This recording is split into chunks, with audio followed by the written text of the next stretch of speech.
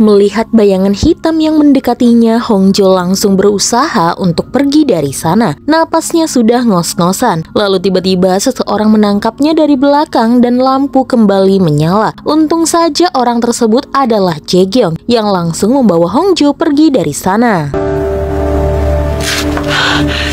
Sementara itu, Shin-yu sekarang berada di rumah sakit dan tidak sadarkan diri. Ibunya begitu terkejut karena ia tidak tahu jika putranya sekarang tengah sakit parah. Dan kabarnya, Nayeonlah yang menemukan Shin-yu di tempat parkir dan langsung membawanya ke rumah sakit. 발견 못했으면 어쩔 뻔했어. 그나마 나연이 덕에 다행인 거지. Setelah mengantar Hongjo pulang, Jae-kyung mencoba untuk mengecek keadaan Hongjo. Ternyata saking syoknya, Hongjo langsung jatuh sakit. Ia minta tolong kepada Jae-kyung untuk membawakannya obat. Selain obat demam, Jae-kyung juga membawakan Hongjo obat tidur. Hongjo pun teringat dengan kata-kata Shin-yu jika ia juga mencurigai Jae-kyung. Hongjo lalu bertanya mengapa Jae-kyung berada di tempat festival. Jae-kyung hanya menjawab jika ia juga mengevaluasi tempat tersebut. Jae-kyung ingin membahas masalah CCTV kepada Hongjo karena Shin-yu pernah meminta izin kepadanya untuk memasang CCTV di rumah mereka. Hongjo masih bingung karena sebenarnya Shin-yu tidak mengatakan hal tersebut kepadanya.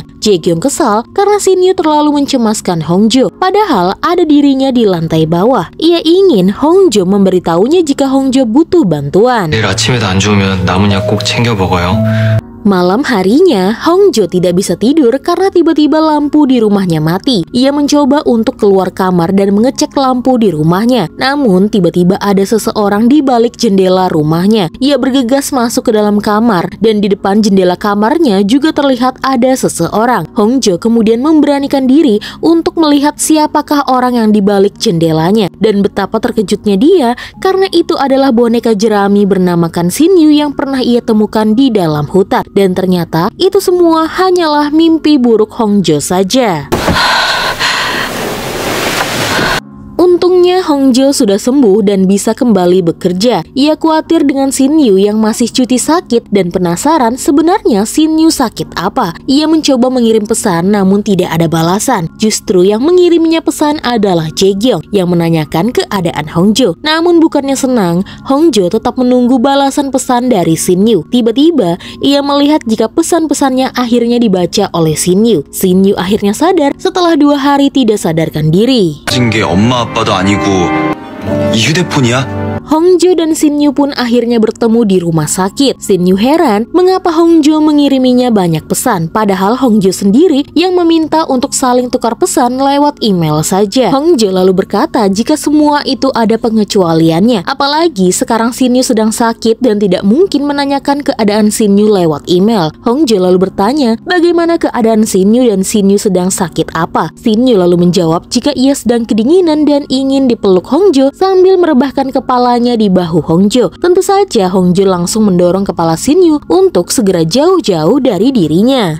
이렇게 장난칠 거예요? Di sana, Hongjo mengutarakan jika ia ingin mengambil kotak kayu yang berisikan buku mantra itu lagi. Ia takut jangan-jangan gara-gara hal tersebut Shin-yu jadi terkena kutukan dan sakit. Shin-yu berucap itu tidak ada hubungannya karena ia jatuh sakit sebelum bertemu dengan masalah ini. Hongjo ingin tahu kapan Shin-yu bisa balik ke rumah, tapi Shin-yu tidak mau pulang karena lebih baik ia berada di rumah sakit saja. Ia senang melihat Hongjo mencemaskannya. Kemudian Hongjo minta izin untuk masuk ke dalam rumah Shin-yu untuk mengambil kotak kayu miliknya. Meskipun sebenarnya Hongjo tidak nyaman masuk ke dalam rumah orang lain, Shin-yu lalu memberitahukan setelah ia keluar dari rumah sakit ini, ia akan pergi berlibur bersama keluarga dan juga Nayeon. Shin-yu berkata jika Hongjo melarangnya pergi, maka ia tidak akan ikut berlibur. 놀리고 싶어요?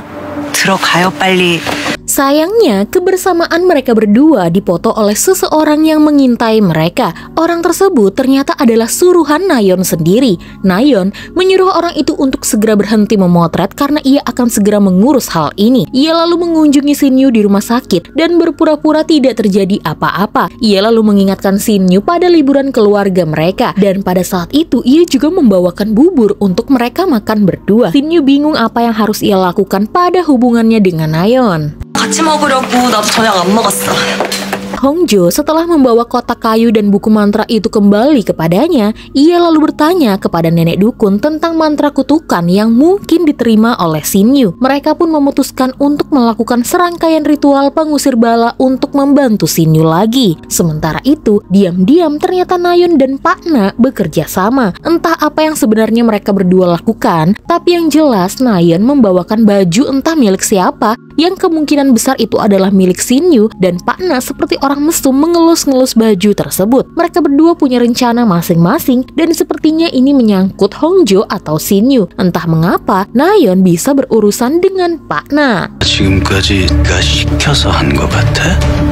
Singkat cerita, malam itu festival akhirnya diadakan. Setelah mendengarkan sambutan dari Pak Wali Kota, para warga pun menikmati festival kembang api yang ada di sana. Banyak warga menikmati acara pada malam itu bersama dengan pasangannya. Tidak terkecuali Pak Gong dan juga Ibu Ma yang mulai ada pendekatan. Namun di acara festival yang meriah itu, Hongjo mulai kesepian. Ia mencoba menelpon Shin-yu namun ia batalkan. Tapi di tengah-tengah festival, Hongjo melihat Shin-yu ada di sana. Hongjo dan Shin-yu pun saling pandang dan mereka saling mendekat satu sama lain. Di sana Shin-yu mulai menggoda Hongjo. Ia tahu jika barusan Hongjo menelponnya untuk mencegahnya pergi, dan Hongjo malu-malu mengakuinya. Shin-yu pun langsung memeluk Hongjo. Di tengah-tengah festival kembang api yang cukup meriah itu, Shin-yu berkata jika ia mencintai Hongjo. Rupanya hal yang sama pernah terjadi di masa lalu mereka berdua.